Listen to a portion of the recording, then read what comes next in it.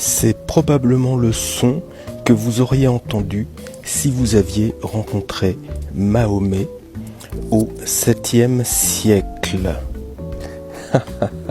Donc partout où Mahomet allait, il avait besoin de femmes pour lui ramasser ses poux.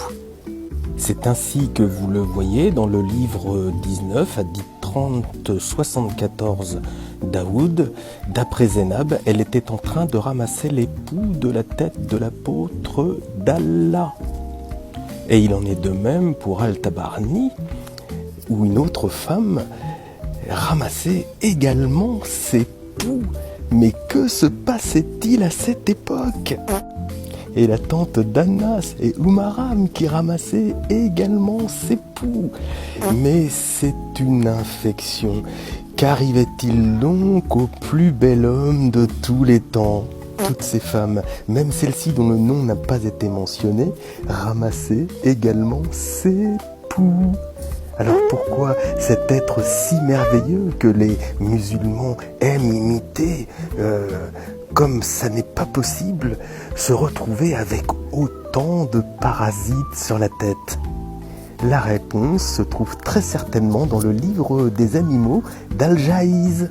Ce sont les amis d'Abou Katifa qui diront que les poux se ramassent, s'attrapent quand vous pétez. Je vous laisse imaginer l'hygiène déplorable de ce faux prophète.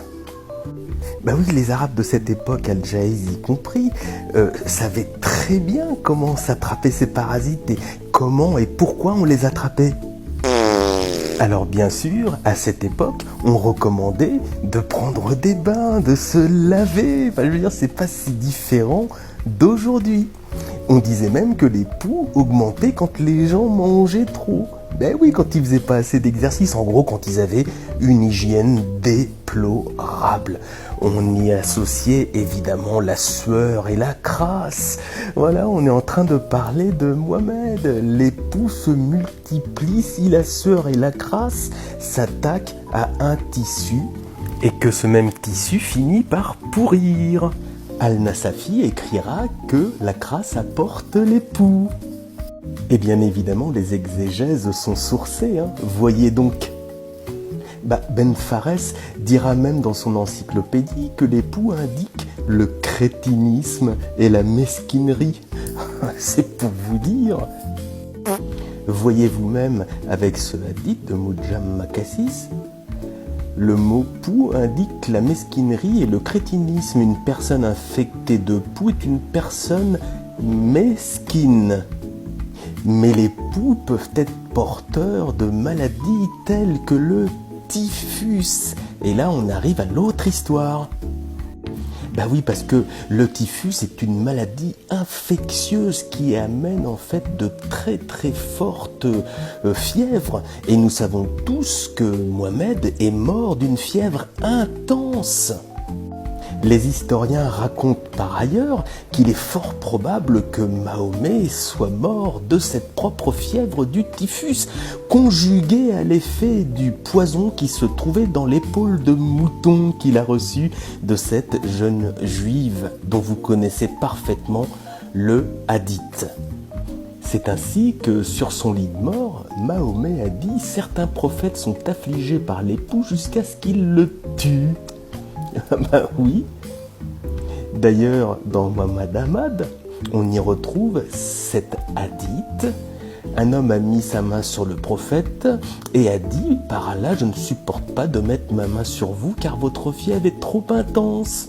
Certains d'entre nous sont affligés par les poux jusqu'à ce qu'ils le tuent. » Et puis d'autres, par la pauvreté, il fallait bien que ça contrebalance avec quelque chose de sympathique aussi. Et puis vous vous doutez bien qu'un homme aussi parfait a fait d'autres déclarations. Je sens encore la douleur causée par la nourriture que j'ai mangée à Kaïbar. Vous vous rappelez la jeune juive ?